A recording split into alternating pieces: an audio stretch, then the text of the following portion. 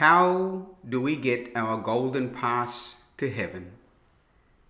There are many ways to get to heaven, as we have been told.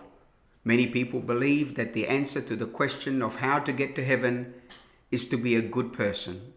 For some, being good simply means not being bad. You haven't murdered anyone, you don't steal, you don't curse too much, you don't lie too often. You're not a drug addict nor an alcoholic, you don't cheat, and you rarely gamble.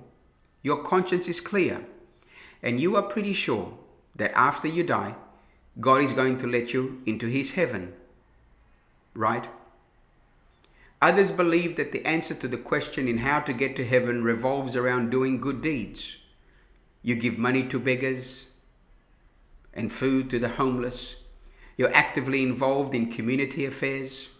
You generously donate your time, talents, and or your money to non-profit and charitable organizations. You are better than most of the people that you know. In fact, you are so good that you are convinced that after you die, God will absolutely let you into His heaven, right? Then there are others who believe that their religious commitment and rituals will be their golden ticket into heaven. This may be you. You embrace religious beliefs that tell you how to live a spiritual life, and that by living a spiritual life, that this will guarantee your entrance to heaven. Am I right? Which is the best method? Which is the correct method? I don't know. Maybe you need all three. But that is a question to be answered by another. But this video is not about which is the best, which is the correct, or which will guarantee your entrance into heaven.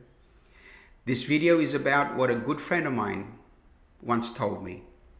This video is not about promoting his belief or his religion, but what about he said that changed the way that I looked at myself, my family, friends, and the community.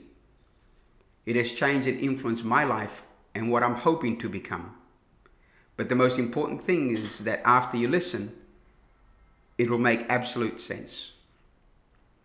For some background, I've known this friend for a few years now and knew that he was a very, very religious person.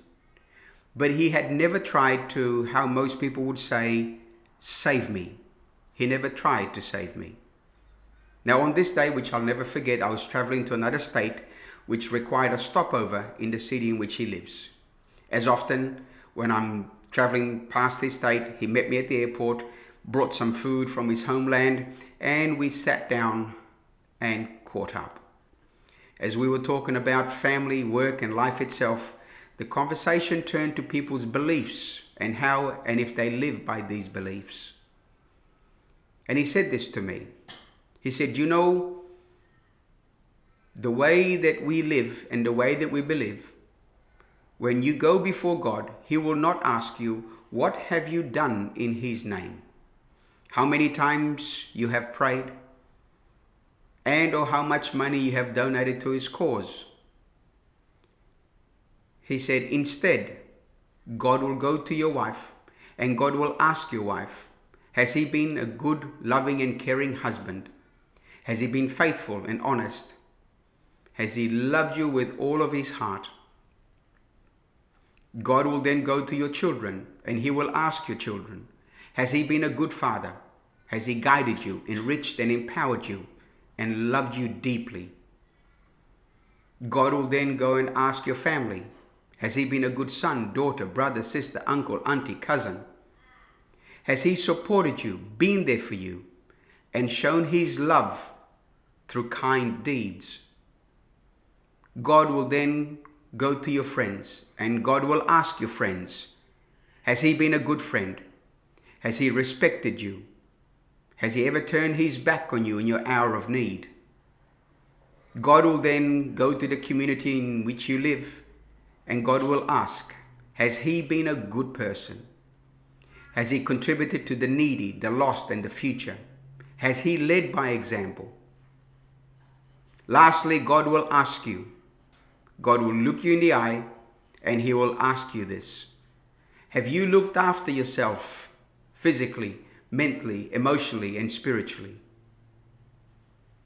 Now, only from the answers of those who know you, love you, respect you, and from your own mouth will God make his decision if you deserve entrance to the kingdom of heaven. Now, so you know, I am not a religious person. I wasn't, and I am still not. But this ideology really impacted me. I began to look at myself and ask myself, have I been a good husband, and how can I become a better husband? Have I been the best father that I can be, and what do I need to improve?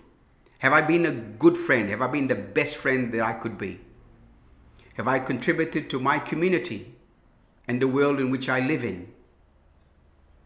And have I looked after myself, respected and cherished the gift of me? Makes you think, right? And as I said at the beginning of this video, it makes absolute sense. I hope that by sharing this with you, that I can ignite the flame for a better you.